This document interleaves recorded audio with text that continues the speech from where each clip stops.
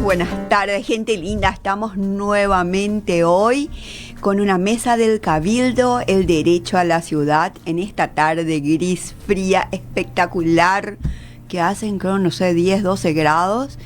Y nosotros hoy con nuestro programa número 90, redondito, pero vamos a hablar así de un tema caliente.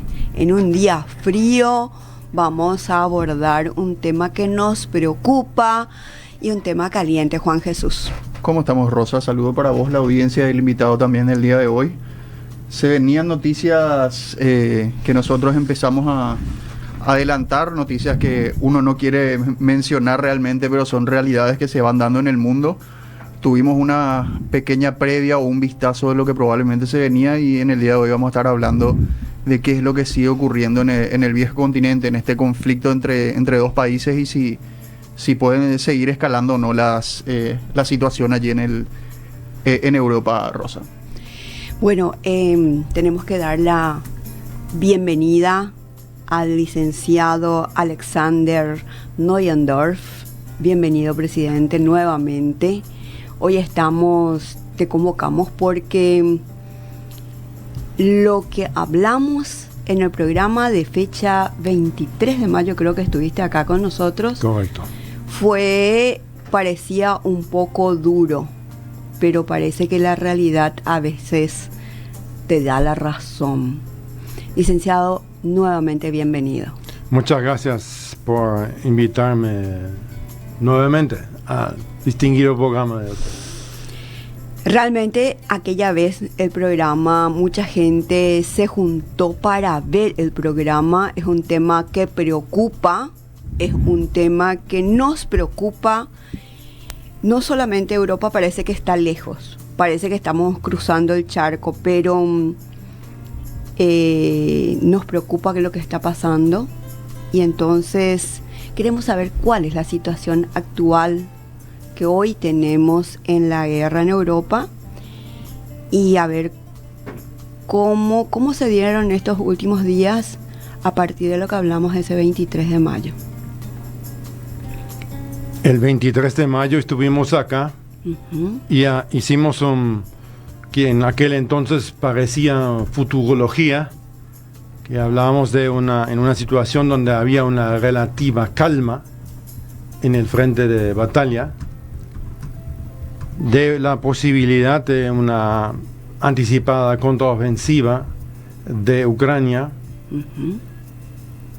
Y hoy día, respectivamente, desde unos días, empezó ya la tercera etapa de esta contraofensiva, y es una realidad. Lo que el 23 de mayo parecía quizás a algunos como un mensaje muy negativo, y hasta que había personas que pensaban que esto ya pasó, esto ya se está calmando, esto ya está en búsqueda de algún tipo de solución, etcétera, etcétera. Todo esto, lamentablemente, tenemos que decir, hoy tuvimos el análisis que hicimos el 23 de mayo, hoy, el 13 de junio, es una realidad. Hay en un frente de 1.300 kilómetros, el frente de batalla entre la Federación Rusa, el territorio ocupado de Ucrania, y Ucrania, los ucranianos. Hoy hay batallas de diferentes lugares, en diferentes posiciones, en el centro, hacia el sur, hacia el este, y claramente la anticipada contraofensiva ucraniana, con los armamentos, el material bélico y las unidades nuevamente formadas, con mucha ayuda de la OTAN y de los países, posiblemente Estados Unidos y otros miembros claves de la OTAN. Esta contraofensiva hoy día está en pleno desarrollo, y hay una constante enfrentamientos entre el ejército ruso, que ahora cambiaron los roles nomás. Es decir, ahora los rusos se están defendiendo en las posiciones que habían prácticamente ocupados el año pasado, y los ucranianos están atacando para recuperar su territorio, con el objetivo obviamente de penetrar la defensa rusa, de recuperar territorio y obviamente con el fin a nivel estratégico, operativo y táctico, no solamente de derrotar a los rusos, sino a liberar el territorio nacional y prácticamente sacarlo a los rusos de Ucrania. O sea que la contraofensiva de los ucranianos es un éxito. Es muy temprano para decir esto. Tenemos que tener claro cómo funciona normalmente una ofensiva hoy en día en la guerra moderna. No se trata de una batalla como en tiempos anteriores, donde dos ejércitos chocan, se libra una batalla y después hay algún tipo de decisión. No, hoy día estamos hablando de un proceso que lleva varias etapas, fases, sí, que se están desarrollando, y normalmente son cinco etapas, cinco fases, y estamos ya en este momento, lo que se puede observar, el inicio de la tercera fase. La primera fase ya empezó hace semanas atrás. La primera fase se llama Battlefield Shaping en inglés, significa preparar el campo de batalla. Esto lo hicieron los ucranianos con una serie de ataques con drones, pero también con operaciones tipo comando, tanto en el frente mismo de la batalla en su propio territorio, como también en ciudades rusas como Belgorod, y hasta en la propia Moscú, la capital de la Federación Rusa. Eran operaciones preparatorias.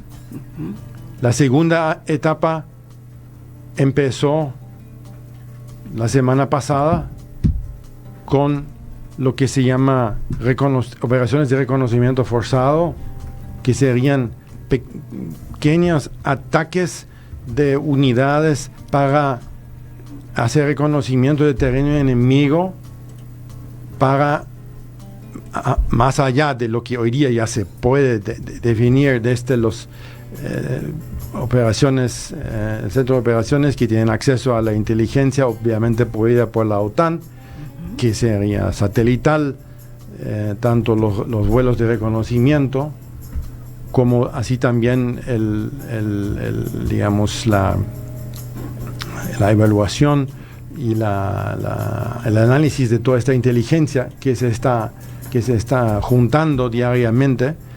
Se realizan pequeñas incursiones, pequeños ataques para comprobar cómo está el enemigo, en qué posición está realmente. Y la tercera fase son ya realmente ataques con unidades más completas a nivel táctico de batallón y hasta brigada, que serían ataques con unidades blindadas, mecanizadas, motorizadas, con apoyo de artillería y apoyo aéreo, para comprobar para hacer pruebas de las defensas del enemigo. No se trata aún, a nuestro entender, del ataque principal, que está por venir todavía. Estamos en la fase 3, donde se realizan en diferentes puntos del frente ataques cada vez más fuertes a los efectos de probar la defensa del enemigo. Y donde se puede identificar puntos débiles, ahí después se va a iniciar el ataque o los ataques principales. ¿Cómo se puede determinar esto? Una forma de hacerlo es tratar de identificar las unidades que los ucranianos en este momento están utilizando. Ellos todavía aún no están utilizando sus mejores unidades de combate. Todavía. Se tiene identificado a tanto las unidades, las mejores unidades con el equipamiento más moderno y con el más alto nivel de entrenamiento. Y estas unidades aún no han intervenido en los combates. Se sabe más o menos en qué zonas están estas unidades. Y lo que está atacando en este momento son unidades también bien equipados y también obviamente con una misión bien clara, pero todavía no es el ataque principal. Hay ahí una pregunta, porque realmente esta es una guerra que no está declarada. Sin embargo, están en plena guerra hace más de un año, pero no es una guerra declarada, un operativo especial, dicen los rusos. Ya.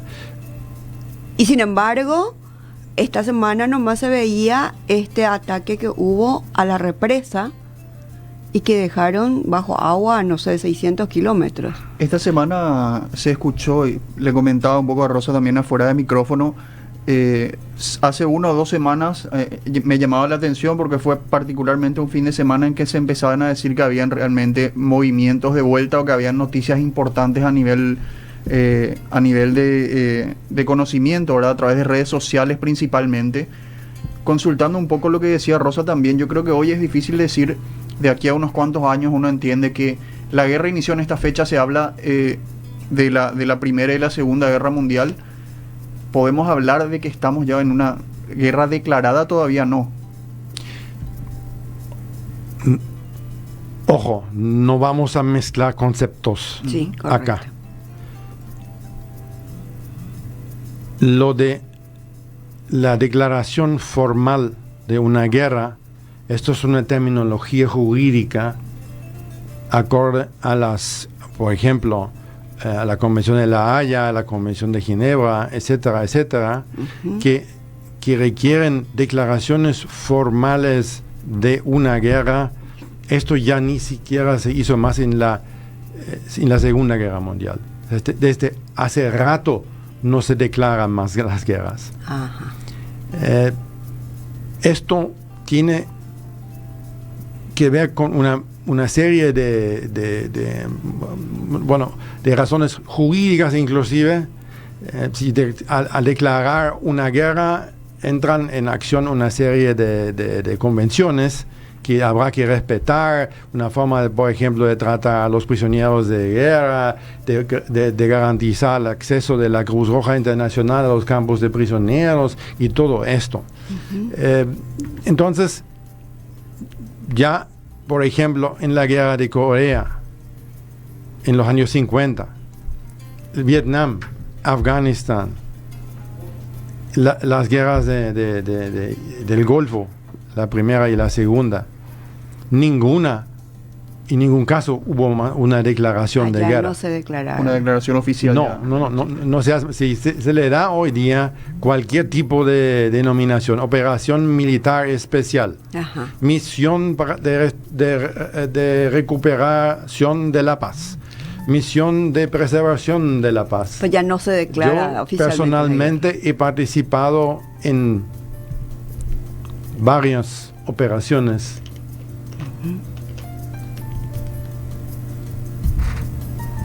y ninguna supuestamente no eran guerras. Había sido ninguna guerra, sino se le dio cualquier nombre que suena mucho más lindo, un nombre que guerra, pero al final les puedo asegurar El resultado que es la misma nefasto. cosa. El resultado es nefasto, la muerte de la gente, la destrucción de la gente, la población, del territorio. ¿Cuál es el tema acá en ese sentido? Es la primera vez desde la Segunda Guerra Mundial, estamos hablando de hace 80 años casi, que en Europa un Estado nacional, como es la Federación Rusa, que además es miembro del Consejo Permanente de Seguridad de las Naciones Unidas, uno de los miembros permanentes del Consejo, ataca a otra nación soberana. Esto sí es una diferencia. Hay una diferencia entre muchos conflictos y guerras civiles, guerras como en los Balcanes, entre países que anteriormente se llamaba Yugoslavia, que después se descompuso, y hubo una serie de guerras civiles entre diferentes etnias y una serie de países que surgieron de esto.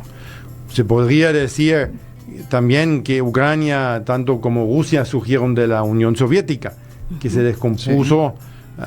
Sí. Pero formaban anteriormente, pero hace mucho ya, hace 30 años, formaban parte de una misma nación, la Unión Soviética. Sin embargo, hoy día, y hace mucho tiempo ya, Ucrania y Rusia son estados soberanos. Y no puede haber ninguna duda, en este caso, quién es el agresor y quién es el defensor. El agresor es la Federación Rusa. Sí. Puede haber muchas razones, puede haber muchas causas, puede haber inclusive muchos errores que se han cometido de parte de otros, de parte de inclusive de la OTAN, de la Unión Europea, inclusive de la propia Ucrania. Pero Rusia es el agresor. No hay ninguna duda de esto. Rusia atacó a otra nación soberana. Y esto en Europa, después de la experiencia de 2 guerras mundiales, es absolutamente inaceptable. Inaceptable. Ucrania se está defendiendo. Y Rusia atacó. Ocupó aproximadamente un poco menos del 20% del territorio de Ucrania, creo que es alrededor del 18% del terreno del territorio, mejor dicho, de Ucrania. Hoy día está en manos de los rusos, justamente la gran parte de la zona donde hay una mayoría, una etnia de habla rusa, y la península de la Crimea. Sin embargo, no es una guerra declarada. ¿Por qué no se declaran más las guerras hoy día? ¿Quién está ganando así como están las cosas y cómo va a seguir esto?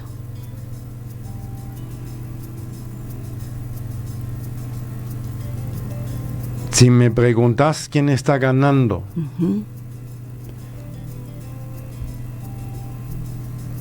tendríamos que definir qué se estaría considerando como una victoria. ¿Cuáles son los motivos y los objetivos de cada uno? Sí. Acá puntualmente veo una noticia del 12 de junio, el día de ayer, de Infobae. Hablan del pueblo de Storozheb, que fue el cuarto pueblo recuperado por Ucrania, según menciona esta nota del día de ayer, en donde empiezan a hablar, entre comillas, de esas pequeñas victorias, ¿verdad? Obviamente tenemos que hablar de una fotografía mucho más grande y de que esto es difícil hablar de victorias en estos términos, pero al menos lo que se encuentra en noticias internacionales o en las primeras noticias, vemos este tipo de comentarios, ¿verdad? Seguramente que existen partes y partes. Nosotros hablábamos de el tiempo que pueden mantenerse estos dos países, y cómo están siendo ayudados o no, ¿verdad?, por unos y otros. uno entiende, o la lógica dice que como armamento militar o como país más grande quizás, se habla principalmente de Rusia, y después hablamos de la capacidad de aguantar esto y de los aliados que tiene también Ucrania, ¿verdad? Bueno, en respuesta a la pregunta, Sí, mi pregunta. de la doctora, el objetivo de Rusia obviamente es mantener los territorios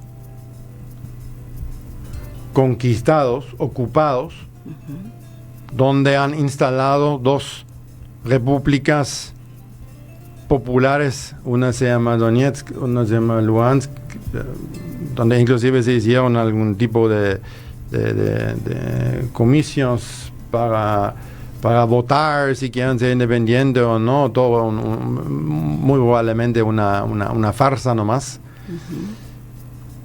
Y obviamente la península de Crimea, que ya se anexó en el 2014.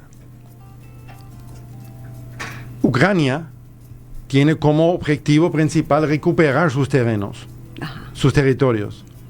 Todo esto, lo que los rusos en este momento están ocupando para volver a la situación antes del 2014. Hoy día ya no se habla más solamente de prácticamente sacarlo al ejército ruso de la zona de Donetsk y de Luhansk, sino también de la liberación de la Crimea, que ya desde el 2014, casi 10 años, fue anexado por Rusia. Estos serían los objetivos principales. Y mientras que cada uno piensa que puede todavía lograr estos objetivos, no hay un motivo para terminar con el conflicto. Mientras que los ucranianos piensan que pueden ganar todavía. Exacto. Y los rusos piensan que van a poder mantenerse en esta posición donde están ahora, porque claramente están ahora en una posición defensiva. Han tenido bastante tiempo para ocupar posiciones defensivas en la profundidad. Se habla de 3, posiblemente 4 líneas defensivas. Los ucranianos lograron apenas en algunos lugares perforar la primera línea, ni siquiera llegaron a la segunda todavía. Es decir, lo mencionado José recién, ahora son 5 pueblos Sí. Que se han liberado. Es de hecho una noticia que salió mucho por la prensa internacional. En términos militares, se trata de éxitos irrelevantes, con la excepción del último lugar, Markovka, un nombre que tiene obviamente, como muchas de estas ciudades, un nombre en ruso y un nombre en ucraniano, que tiene bueno, si hablamos de esos detalles, que tiene una situación que hay colinas ahí que son muy valiosos para el control de fuego de artillería en su alrededor. Hablamos de puntos estratégicos para lo que tiene que ver con un punto estratégico que domina toda la zona ahí, el que tiene domina estas colinas, las colinas que puede controlar mediante el fuego de artillería rutas y movimientos, líneas de operaciones y líneas de abastecimiento, y de esta forma ese es el valor que tiene aparte de eso, estos pueblitos no valen nada. Vemos, ¿qué pasa? Perdón, Rosa, vemos también, buscando un poco de noticias internacionales que refieren a esto, en una intervención que recogieron en todo el momento las cámaras de la agencia estatal de noticias RIA Novosti, un Putin visiblemente relajado aseguró que la contraofensiva ucraniana hasta ahora no ha tenido éxito y que las fuerzas de Kiev han perdido entre el 25 y 30% del equipamiento suministrado por Occidente. Es lo que decía una nota que es del día de hoy también del diario La Razón. Sí. las bajas en términos de material bélico y de personal, específicamente en la segunda fase, la fase de reconocimiento forzado, fueron bastante llamativos. Por ejemplo, varios de los tanques y vehículos de blindados de transporte de infantería del tipo prohibido por los Estados Unidos, que se llama Bradley Infantry Fighting Vehicle, un vehículo de combate de infantería, donde los norteamericanos proveyeron alrededor de 100 de estos vehículos, y hasta el momento hay, algunos dicen 15, otros dicen 18 de estos que fueron destruidos. Eso sería equivale al 15 o 18% de bajas. Esto ya es algo considerable. Sin embargo, ahora al inicio de la tercera fase, al parecer, cuando llegaron a utilizar unidades más grandes, a nivel ya batallón y brigada, tuvieron más éxito los ucranianos. Es decir, lograron perforar y penetrar en por lo menos 3 lugares la primera línea de defensa de los rusos. Obviamente, y eso hay que entender, el que ataca se expone más a pérdidas de material, sí, claro, y de personal, sí, sí, que el que defiende. Es decir, en la primera fase de la guerra era al revés. Los rusos atacaron y pagaron un precio muy alto. Ahora están atacando los ucranianos, los rusos están defendiendo. Por lo tanto, obviamente el riesgo de tener bajas considerables está más del lado de Ucrania ahora. ¿Y qué pasa con el involucramiento de la OTAN y de Europa? Esto sí es realmente una pregunta para nosotros que vale analizar mucho más de que perdernos en un minucioso análisis detallado de qué está sucediendo exactamente, en qué parte y qué pueblito ha cambiado nos preocupa cómo... Acá la cuestión es realmente importa para nosotros quién gana. ¿Cuál es la diferencia? Ucrania no hay. En un término que voy a explicar. Supongamos que la contraofensiva ucraniana tiene éxito. Sí. Y logran realmente penetrar el frente ruso y destruir una parte del ejército ruso, lograr por lo menos una victoria parcial. ¿Qué va a suceder? Ucrania va a necesitar aún mucho más apoyo, va a pedir aún mucho más material bélico y más apoyo de todo tipo para poder seguir con su proyecto que sería liberar a todo el territorio ucraniano. Segundo escenario, fracasa la contraofensiva. El resultado es igual. Sí. En este caso también Ucrania va a necesitar y lo va a pedir con mucha fuerza aún mucho más apoyo.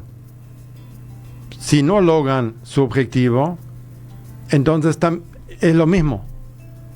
Van a pedir más apoyo, más material bélico, más tanques, más aviones, más municiones, etcétera, etcétera. Estamos lejos de un punto irreversible para cualquiera de los dos, entonces. Es decir, mirando fríamente, y lo digo bien claro, independientemente de que cada uno puede pensar, y obviamente, lo repito, Ucrania se está defendiendo con un contraataque en este momento. Pero, de hecho, el resultado, en este caso, si esta ofensiva va a funcionar o no, para la OTAN, para Europa y para el resto del mundo, por lo menos la parte que está simpatizando con Ucrania, que no es todo, va a ser el mismo resultado. Van a pedir aún mucho más apoyo, más material, más munición, etcétera, etcétera. Es decir, hay un punto, y ahí está realmente el peligro. El problema. El peligro es ¿dónde realmente es el punto de quiebre. Cuando supongamos que los ucranianos van a tener éxito con su contraofensiva, va a llegar un punto donde los rusos, ante una posible derrota, podrían recurrir al uso de otro tipo de armamento. Un arma nuclear. Podrían recurrir a un arma nuclear y ahí se da la tercera guerra mundial. Lo que yo quiero demostrar, doctora, es que estamos en una situación muy crítica realmente. Sí. Y hay varias alternativas, varios posibles escenarios. Lamentablemente, todos son negativos. No hay ninguno que sea positivo. Si Ucrania tiene éxito, va a tener que pedir mucho más apoyo aún para poder seguir empujando a los rusos. Si Ucrania no tiene éxito, o peor, los rusos, como lo estaban haciendo desde anoche, al parecer, ya su respuesta es otro contraataque contra los ucranianos para atacarlos en flanco. Entonces, ya hay una derrota, un fracaso de esta contraofensiva ucraniana. El resultado es lo mismo. Van a pedir más apoyo, más material bélico y más ayuda. Y esto llega a un punto donde, ante una posible derrota ucraniana, la OTAN tiene que hacerse unas preguntas muy, muy graves. Ante una posible derrota ucraniana, llega el punto, y esto podría darse dentro de los próximos meses, quizás semanas, cuando la OTAN está en una situación donde la pregunta es, para evitar una derrota ucraniana, tendríamos que intervenir. Ahí hablamos intervenir la OTAN. En este caso, viendo que los ucranianos están perdiendo, la única alternativa para evitarlo, o sea, dejar que suceda. Entonces, todo lo que se hizo hasta el momento fue en vano. Y aceptamos una victoria rusa. Bueno, me parece muy poco probable esto. Pero llega el momento donde la OTAN tendría que intervenir con tropas, o por lo menos con apoyo aéreo activo ya, es decir, intervenir en los combates.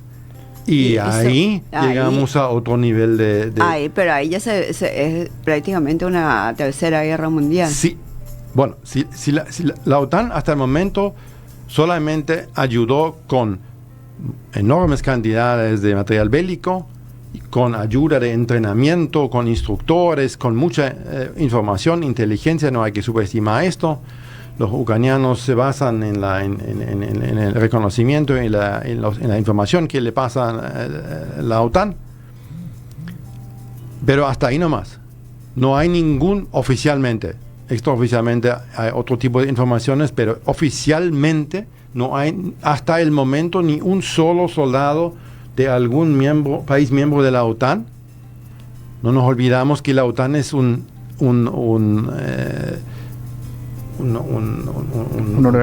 pacto, un organismo netamente defensivo.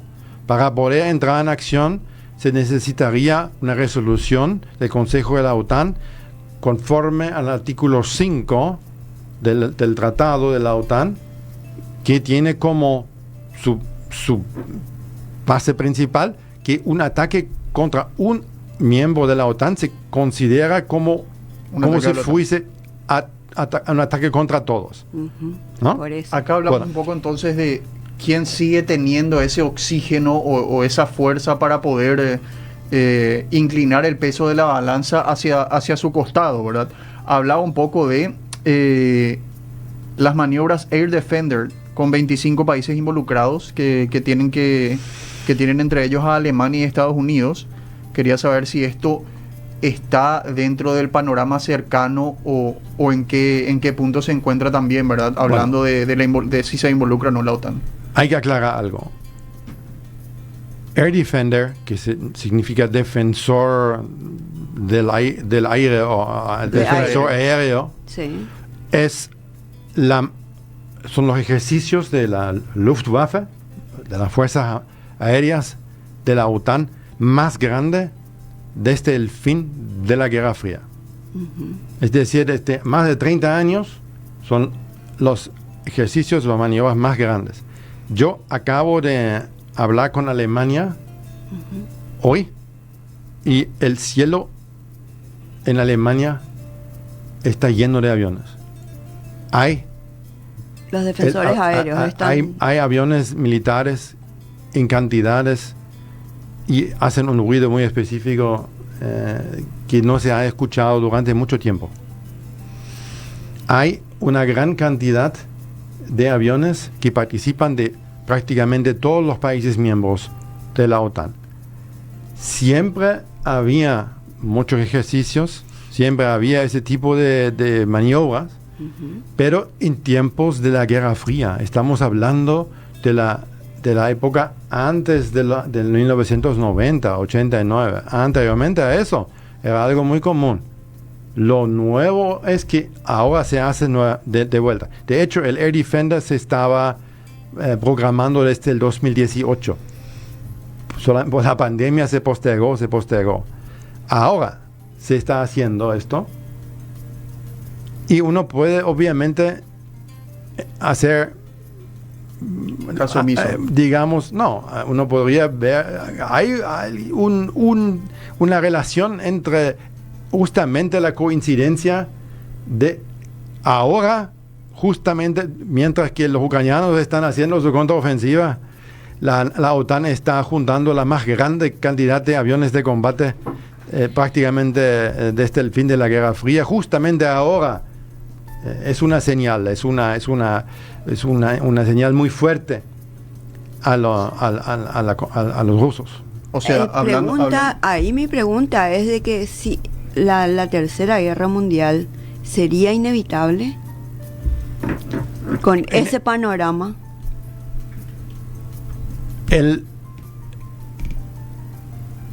Esa es una pregunta que realmente de a hoy, lamentablemente, ya empezó. O sea que ya estamos con la Tercera Guerra Mundial. Ya empezó. La Tercera Guerra Mundial, en este sentido, empezó. ¿Por qué? Aunque suena quizás un poco duro, pero no sirve de nada hacerse ilusiones. Si los ucranianos pierden, la OTAN va a tener que intervenir. Y ahí tenemos la guerra directa con Rusia. Si los rusos pierden ante una posible derrota de su ejército y una, digamos, por ejemplo, pérdida de todo el territorio ocupado, inclusive una derrota de prácticamente... Los rusos hoy día tienen más del 70% de sus fuerzas en Ucrania. Sí. Si los ucranianos logran destruir una gran parte de esto,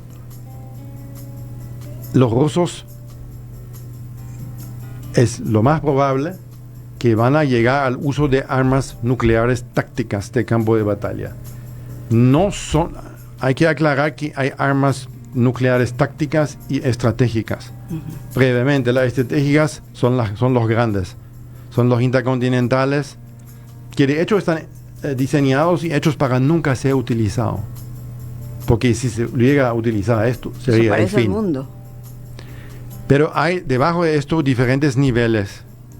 Y el nivel inicial, prácticamente, el nivel más bajo son las armas nucleares tácticas, que empieza con munición de artillería nuclear, que es el escalón prácticamente más bajo. El primer escalón. El primer escalón, que son granadas con munición nuclear que potencian el poder explosivo de la artillería. Y si llegamos a esto, y ahí está el gran problema, hay un cierto punto donde empieza una dinámica propia, donde reacción contra reacción, reacción contra reacción, se activan protocolos y se empieza una especie de intercambio de golpes y cada vez más fuerte, y esto ya es muy difícil cuando llega a cierto punto, es muy difícil de frenar esto.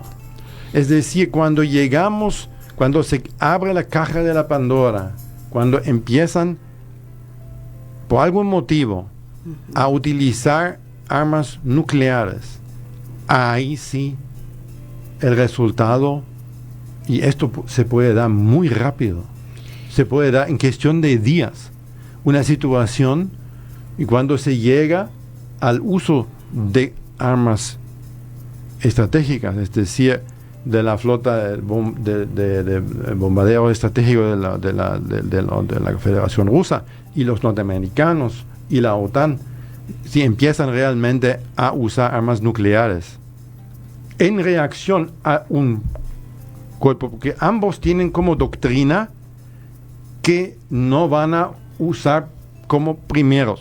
Ajá. Pero Rusia tiene una excepción en su constitución nacional. Rusia tiene nuevamente prohibido el uso de armas nucleares, con la excepción que el territorio ruso esté bajo amenaza de un ataque del exterior. Como su último recurso. Y como último recurso. Y estos ataques que se están realizando ahora en las ciudades rusas como Bielgorod, es decir, en la frontera entre Rusia y Ucrania, ¿verdad?, en otra zona, estos son ataques a Rusia. Entonces, repito, lamentablemente el escenario es muy, muy oscuro. Independientemente, si los ucranianos pierden, va a intervenir la OTAN, lo más probable es que va a intervenir la OTAN para evitar una derrota ucraniana. Y ahí tenemos el enfrentamiento directo con los rusos.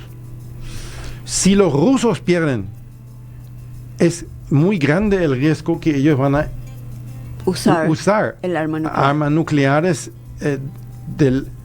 a nivel táctico. Y acá viene una pregunta y ahí, que... Déjame terminar esto, porque es muy importante que se entienda.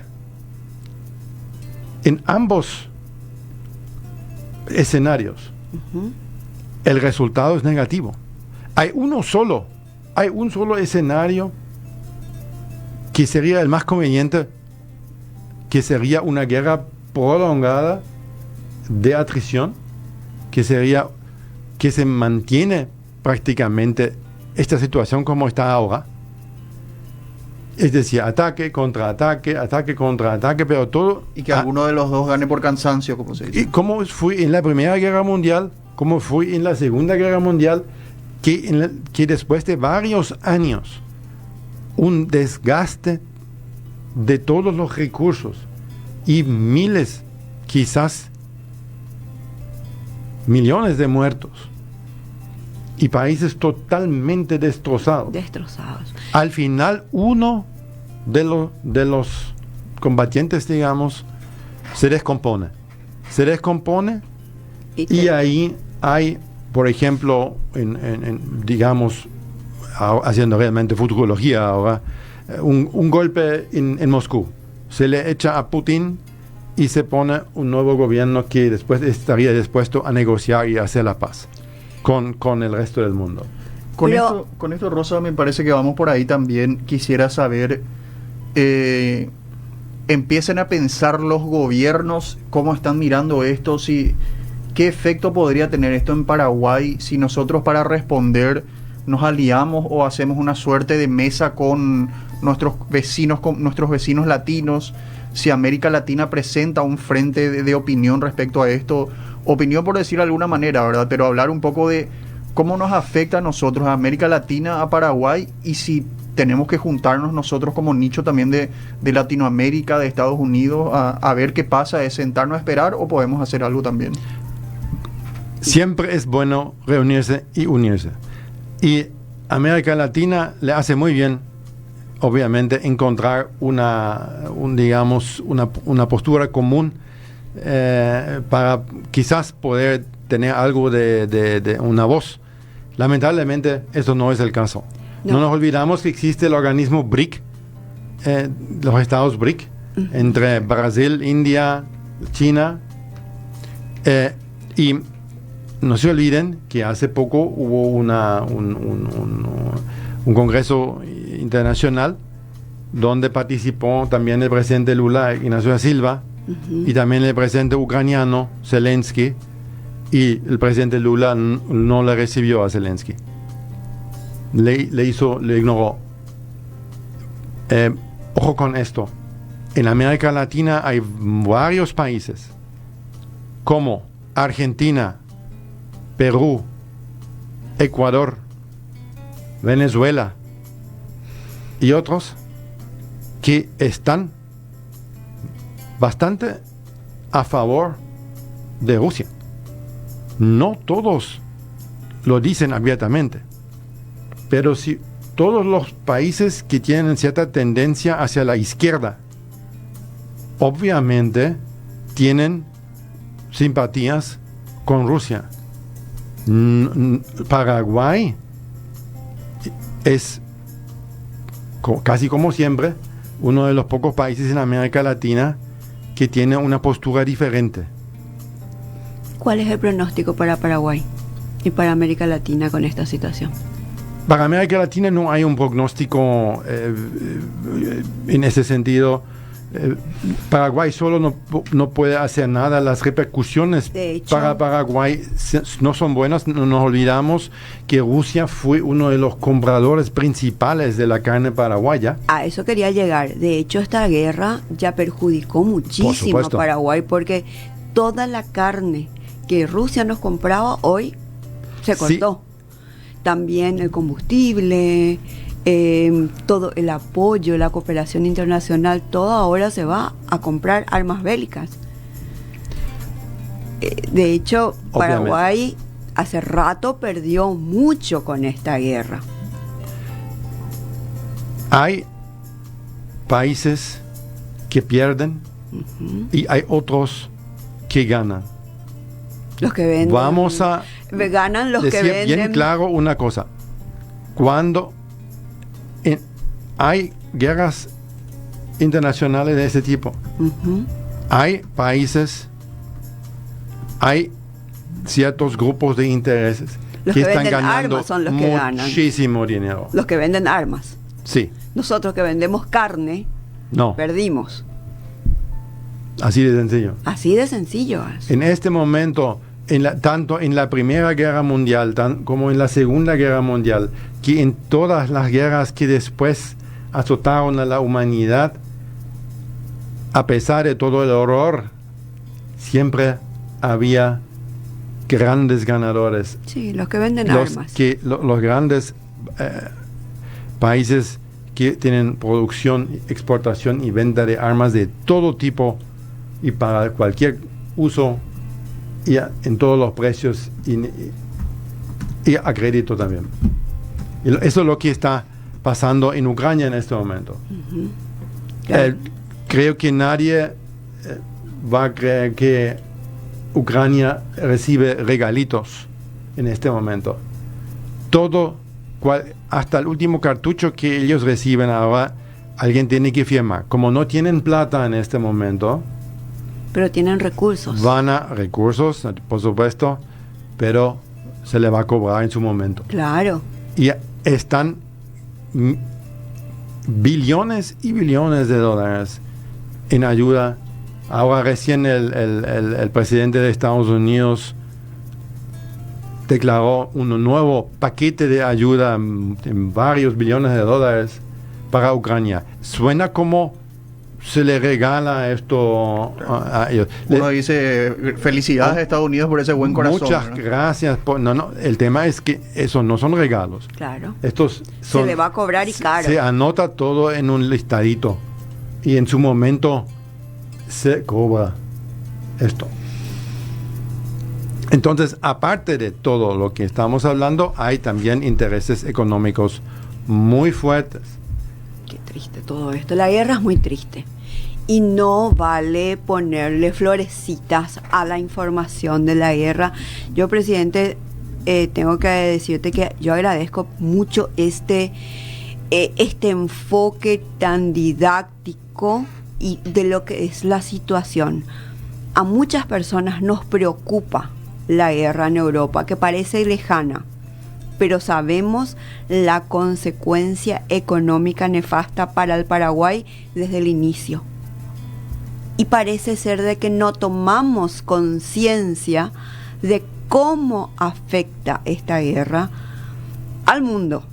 Pero si tomamos a Paraguay, de hecho hace rato esta guerra nos está afectando. Y es importante tomar conciencia de eso. Es muy cierto. Por otro lado, la ignorancia hasta cierto punto también te conviene y te protege.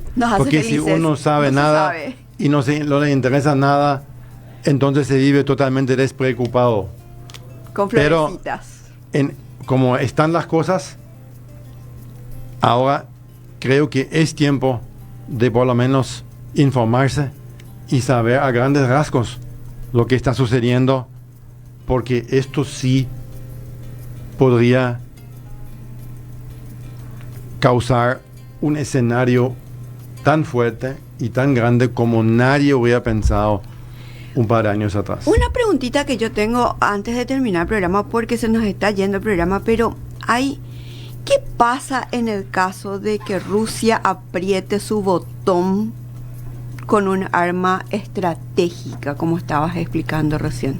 ¿Cómo afectaría a América Latina, que ya está cruzando el océano? ¿Cómo nos afectaría en Paraguay? Hay gente que dice que me interesa todo esto, lo que está pasando allá. Está muy lejos. Acá estamos seguros, acá no pasa nada. En el peor caso yo me voy al Chaco, a mi campo, y no me interesa. Están muy equivocados. Aunque me parece, por lo menos por el momento, muy, muy poco probable un escenario de una guerra termonuclear global. No nos olvidamos que solamente Rusia tiene alrededor de 5.000 armas nucleares. 5.000. Y una fracción de esto ya es suficiente para convertir este planeta en un desierto. Pero, ¿cómo nos afectaría a nosotros a esta distancia? Mi opinión personal al respecto. Sí. Yo pienso que sería preferible morir ya de forma inmediata en el primer golpe. Porque ¿quién quiere vivir en un mundo así, después de una catástrofe termonuclear? Porque la muerte llega. Llega acá también a los 3 años a más tardar. Sí, eso es importante. La nube nuclear llega a todas partes del mundo. Hay cuestiones como calentamiento global y compañía. Hasta la última isla en el Pacífico, nadie se salva. Porque como los océanos tienen corrientes, también el aire, la estratosfera tiene ciertas corrientes que a lo largo del tiempo, a más tardar a los 2-3 años, todo el mundo será alcanzado por lo que se llama el invierno nuclear. Y ahí termina la vida en este planeta como lo conocemos. O sea, nadie le va a poder pasar facturas a Rusia por... No había más no va a haber nadie que... para tomar nota, ni para hacer una lágrima, porque por eso digo, quizás sería preferible morir directamente en los primeros días, en vez de ¿quién quiere seguir viviendo 2, 3, 4 años más en un mundo totalmente destrozado? Y después, al final, por falta de alimentación, por falta de agua, por falta de cualquier tipo de infraestructura de civilización, sería regresar a la edad de la piedra. Como dijo Winston Churchill.